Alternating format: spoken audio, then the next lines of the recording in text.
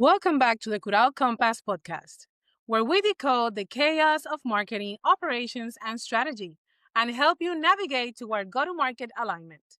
For the past few weeks, we've gone through the directions of the Curao Compass. If you are a new subscriber, I invite you to go over them so you understand what we talk about here, okay?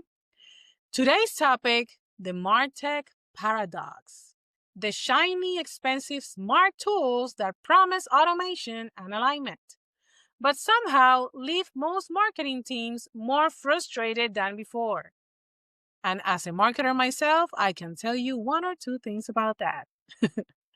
According to a new Hightouch report, 74% of marketers said their biggest pain point isn't audience targeting, isn't personalization, or even AI.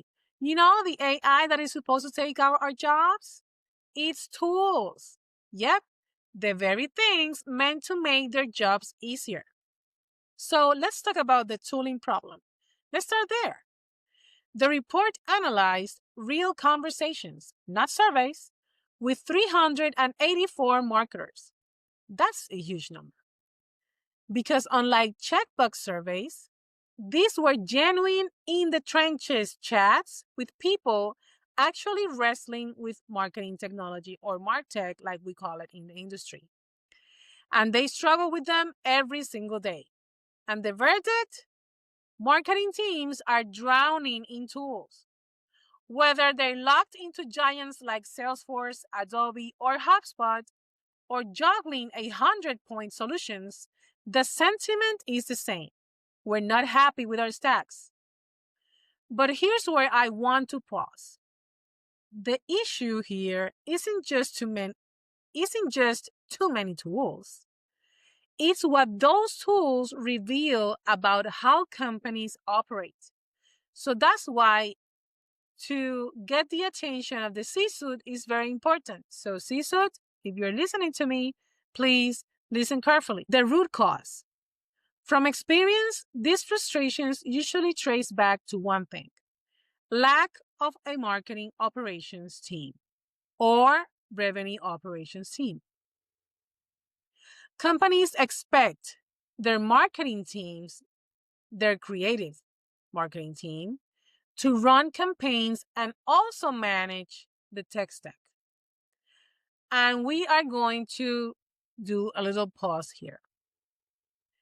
They're different skill sets and they have different mindsets.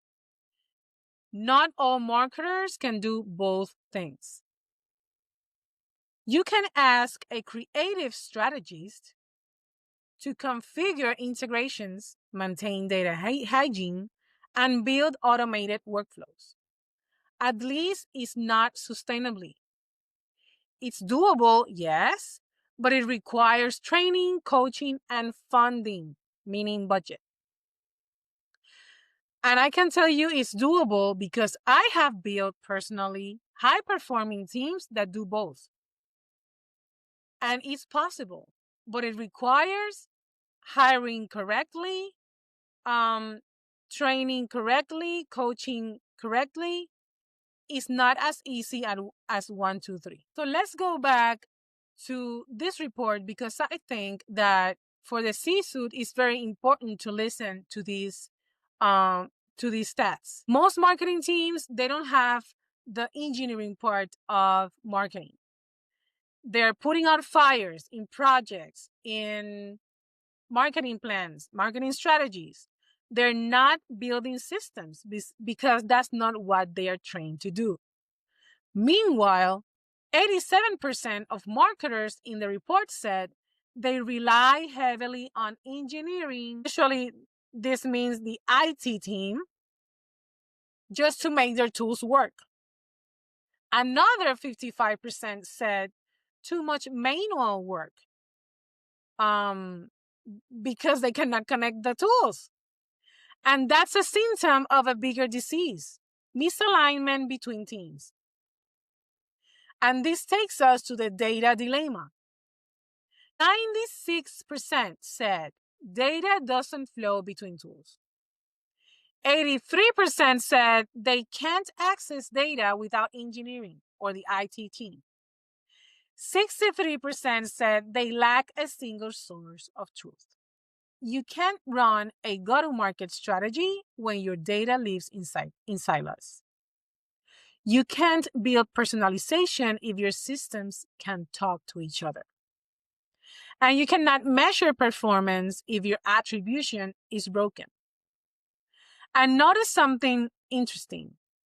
The stats for audience targeting were 20.1% and for attribution 15%. And that's really close. And you know what? That's not a coincidence. That overlap happens when marketing is disconnected from sales and finance. When you can't connect your campaigns to revenue, the C-suite blames marketing, even when the problem lives in the plumbing. If attribution is separate from the audience targeting, you know what that is? Because you have a creative marketing team that does not know how to deal with their marketing stack. So probably many of them do not know how to build sales funnels. They don't know how to build processes. That's why it's really important to support them with engineers, either in marketing or IT support, that also need to understand the marketing part. This is where revenue operations and marketing operations teams come in. This is what they do, the engineering part. They're the translators between data, tools, and humans. And here's the bigger picture. Let's connect this to reality. Technology is moving faster, and it's moving faster than budgets, knowledge, and support. It's not that marketers don't want to automate or adopt AI to make things easier. It's that they are overextended. If you have them constantly putting out fires, making changes into their projects, handling 100 meetings, they cannot execute. So you cannot expect them to do all this, all the engineering part, plus the creative. That is not humanly possible. Many teams need IT support to pull reports, but usually the IT teams does not know how to handle marketing stuff, or they're too busy too. So marketing, what do? They start improvising with spreadsheets and copy-pasting dashboards. Then leadership wonders why metrics don't align across departments.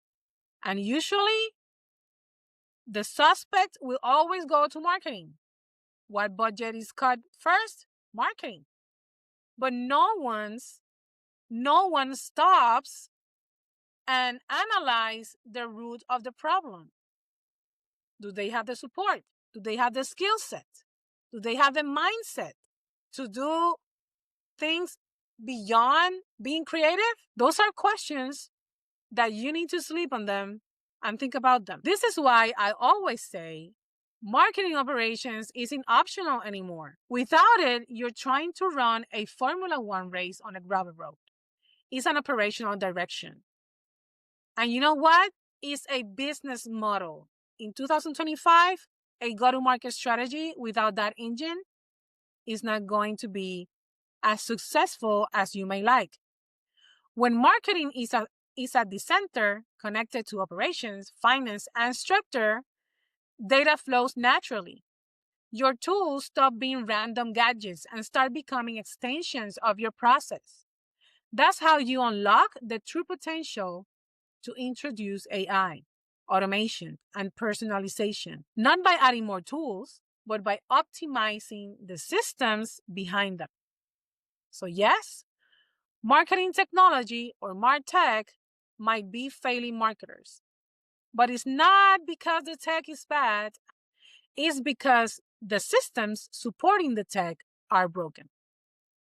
So maybe the next big innovation in marketing won't be another tool. Please, not more tools.